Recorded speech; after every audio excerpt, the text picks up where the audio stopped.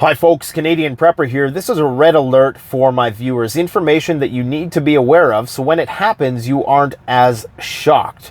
Now, many data points right now are indicating that we are weeks, possibly days away from a major radiological or nuclear incident happening in Europe, which will have ripple effects throughout the world. This will be the Black Swan event that potentially crashes the markets around the world. Now, get this, in the last 24 hours, there have been a variety of different attacks, both direct attacks and cyber attacks on different levels of the nuclear power plant infrastructure in Ukraine and Russia.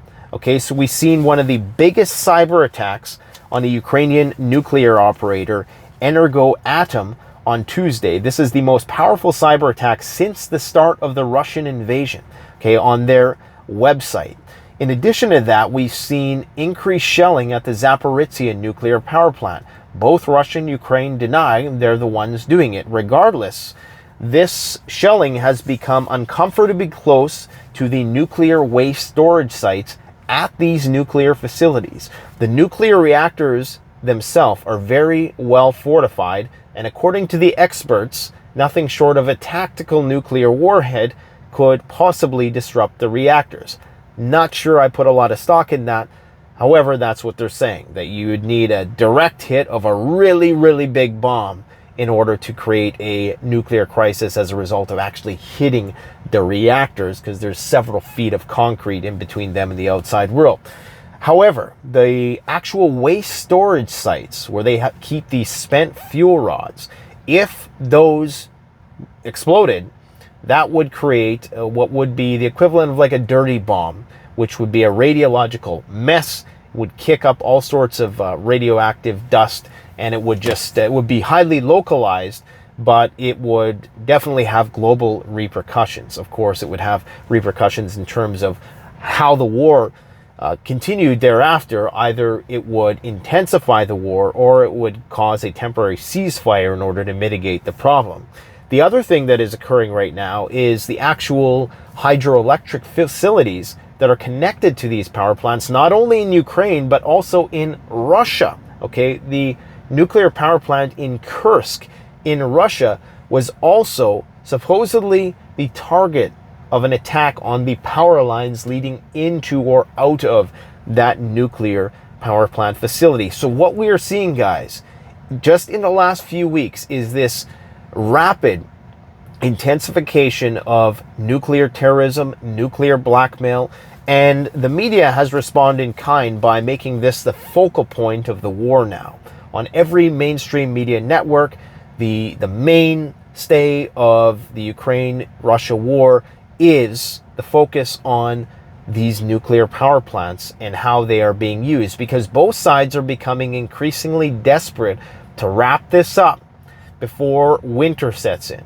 Because if the Ukrainians can't make any significant moves before winter, it's going to be real bad for Europe. Actually, it's going to be bad for Europe regardless. Gazprom came out with some numbers today predicting that the price of gas is going to go up an additional 60%. Okay, you're talking about Europe, who has already seen natural gas prices rise in some cases by 500%. Okay, so people are going to be, I mean, they're going to be gas poor, essentially. And of course, we're seeing the droughts there. All of these things contributing to higher food prices. You're going to see civil unrest regardless. But this could go one of two ways. Okay, if this radiological incident, which appears to be bound to happen at this point, because both sides, like I say, they're getting desperate, they're skirting that line of failure, there's sabotage occurring well behind enemy lines, well beyond that red line that the Russians said, if you cross this red line and you attack us in our country, like just happened in Kursk, or their country that they consider Crimea their country, the Ukrainians consider it theirs, then that's a red line. We are going to start targeting decision-making centers, and that's a whole new level of Cold War anxiety that we're all going to be in overnight when that happens. Now, the Ukrainians have already crossed that line, at least, you know, according to what the Russians have dictated. So it's only a matter of time before that retaliation comes. I don't think, I mean, I want to be optimistic and say that if there is this nuclear or radiological incident that transpires at one of these nuclear facilities, that is going to force both sides into a ceasefire, which is going to act as a temporary reprieve, just a small window of opportunity for them to restart negotiations and for, you know, a new baseline of agreements to be achieved. Okay, because we know that the Russians aren't going to back down from the east. We know the Ukrainians aren't going to back down. Okay, now they're in the realm of the insurgency, where, you know, as the Russians continue to progress on multiple fronts, the Ukrainian insurgency starts to gain steam. That is, doing things behind enemy lines. So, as much as I want to be optimistic, I'm guessing that any nuclear incident is likely going to draw the condemnation of the global community against the Russians, that no matter who is the one who actually perpetrates it, no matter who is doing the shelling and causes the actual nuclear incident, the negative attention will be towards Russia, and that will just accelerate a lot of the decoupling we've already seen. It's going to accelerate the sanctions war, the embargo of commodities. It is going to accelerate the banning of visas of Russian people going into other countries. It is going to accelerate the arms race between East and West. And most importantly, what it would likely do would be the tipping point for Russia to be deemed a state sponsor of terrorism by the United States, which is a point of no return for diplomatic relations for either side. Both sides have said that that is essentially a point of no return for diplomatic relations between the two sides. Then we are in a whole new realm of existential hurt when it comes to Cold War 2.0. Now, all of this is happening while the two major agreements that have been in place for the last few decades that have slowed the arms race, okay, that have slowed the progression, the nuclear arms race between the Russians and the Americans, have all but been abandoned. And now we have the United States, who just conducted a Minuteman III ballistic missile test, the 30 missile capable of carrying 350 kilotons, okay, which isn't that much in the grand scheme of things compared to what the Russians have been bringing to bear lately with these Sarmat missiles. But this is important because it means that we're entering a whole new era of nuclear uncertainty. This, of course, we talked about the study that came out yesterday that indicated if there was a nuclear war, 5 billion people would die. And like I say, me and Dr. Peter Vincent Pry and many others who've spoken about how a nuclear war would play out disagree with some of those assessments. Regardless, it would be a bad situation. And we also have now the Russian military who signed a contract to manufacture the Sarmat intercontinental ballistic missiles that are supposed to start delivery this fall. Now, this is the largest missiles ever created, boasting a diameter of 3 meters and a height of that of a 14-story apartment block. The missile is said to weigh over 200 tons and can deliver up to 50 megatons. Megatons, okay? Minuteman III, 350 kilotons. Sarmat missile, 50 megatons. All right? So this, in combination with the S-500 Prometheus air defense system, will be what is used if things go that way. It really, I just get a bad feeling that this is culminating into some nuclear incident, because we've been hearing about it more and more in the news day after day after day, and now it is the focal point. Okay, and you're starting to see these attacks on different nuclear facilities. So it's only a matter of time as both sides grow more desperate to bring the war to a close before winter that something is going to happen, and it's not going to be good. It's going to spook the markets in a big way because, of course, at the same time, we have the China-Taiwan situation lingering in the background. Okay, there's still provocative moves being made there by both sides. They've now restarted the military exercises that they concluded after the Pelosi visit. Now they've restarted it again as a response to the delegation of congresspeople who went to Taiwan to discuss chips and whatever the case. And of course, now we have this potential flashpoint for activity when the United States and Canada decide to sail some warships through the Taiwan Strait. Let's see how that goes over. So we are on the brink of war. Okay, even the Russian embassy in the US has warned within the last 24 hours that we are at direct risk of a military clash with the United States. Today, the United States continues to act with no regard to other countries' security and interests, which contributes to an increase in nuclear risks.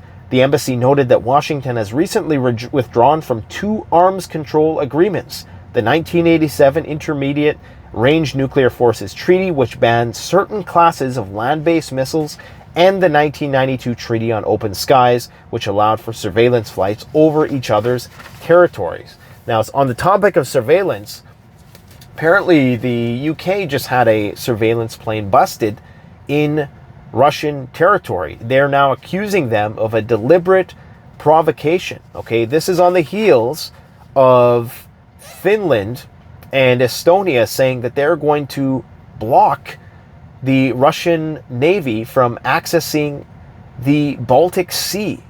Okay, this is on the heels of many European countries saying that Russians can no longer travel there. Okay, can you see? I mean, it's very easy to... I don't blame people for being completely burnt out and exhausted on this issue. But the fact is that while it may have seemed to... people are not interested in it anymore, it's reached a whole new plateau of FUBAR. We've reached a whole new plateau of nuclear tension and escalation. I mean, they're bombing nuclear power plants. Okay, they're trying to sabotage nuclear facilities in an attempt to bring this war to a close. The problem is that while it may have a temporary localized ceasefire, I'm pretty sure that the war is going to continue raging on all through the winter. And the nuclear rhetoric on Russian state-sponsored media hasn't slowed down one bit. Okay? They're already talking about Vladimir Solovyov, who is the Russian state television host and a strong ally of Vladimir Putin, has said that a preventative nuclear strike may be what it needs to protect itself from the combined superior forces of NATO. Now, somebody is going to disagree of whether or not NATO is, powerful enough in its current form to fight the Russians. Obviously, NATO's forces probably aren't, but when you combine the militaries of every NATO country and you do the math, then yeah, I mean, that is definitely going to put the scare in the Russians, who may want to use a preventative nuclear strike. So what the consequence of this is going to be in the markets, it's going to spook the markets, because it's going to just drive the wedge between East and West even deeper, which could raise energy prices. It is potentially going to, what was I going to say? I lost my train of thought, guys. Of course, we need to remember that Europe is already struggling with this major drought. Okay, France, they're rationing water in certain places. There's even drought, believe it or not, in Toronto, of all places. They're seeing record drought there, which is just bizarre, because like most of the East is not in drought, at least in North America. It's the Southwest, and historically has been like the West who's struggled with drought. But even Toronto, anyways, it's kind of neither here nor there. The thing is, they're predicting high gas prices. This is going to lead to civil unrest in Europe. A lot of these old, Cold War wars are going to flare up again with the Kosovo situation and whatnot. So the war ain't slowing down. I know a lot of people are fatigued by it, but I mean, you got Finland announcing visa crackdowns on Russians. You got the Baltic states refusing to take any Russians in. And this is understandable, because if you were going to fight a war between, with a country in the future, you wouldn't want the potential for sleeper cells to be entering your country. Now, a lot of countries have criticized this, like Germany and France have said, well, yeah, but if you do that, then you also close the door to Russian defectors, people who could potentially be an asset to your side. So it's a mixed blessing to say you can't come here anymore, because on the one hand, you are going to prevent all the baddies from coming in, but you also might prevent some of the good guys from coming in too, okay? There's many other things on the economic front that I'm not really going to get into today. Lots of things as a consequence of these droughts that are occurring around the world and the corresponding increase in prices. Let us know what you guys think about this prediction in the comments section below. I just have a bad feeling that this is leading up to a major nuclear incident, which is going to spook. People are going to be spooked when it actually happens. It's going to be potentially the next Fukushima. Right now, we're working on many videos of many different types of gear reviews. We just shot a really fun video today. I look forward to sharing it with you guys. It's basically I'm not gonna spoil it, because then it just won't be as fun. But one of the products that we're testing out are these safes. Okay, some people use them for guns, handguns. So it's got this fingerprint activated thing in there. I got my Peak refuel in there. That was part of a skit that we shot for the video. But this is from a company, MagSafes. And they have this, it's not actually, it's biometric, but it's not fingerprint. It's what they call, what do they call it? Vein recognition technology or something like that. For some reason, it wasn't working. Now it's working, okay? So they have a variety of different sizes of safes to keep your peace. Fortunately, in Canada, pretty soon we're not going to have access to those handgun style pew-pews, but in the States, you guys can still use that. And in Canada, you'll be able to grandfather, or you won't be able to grandfather, but you'll be able to have yours until you die anyways. So you need something to store them in, and this vein recognition technology is a quick way to access it.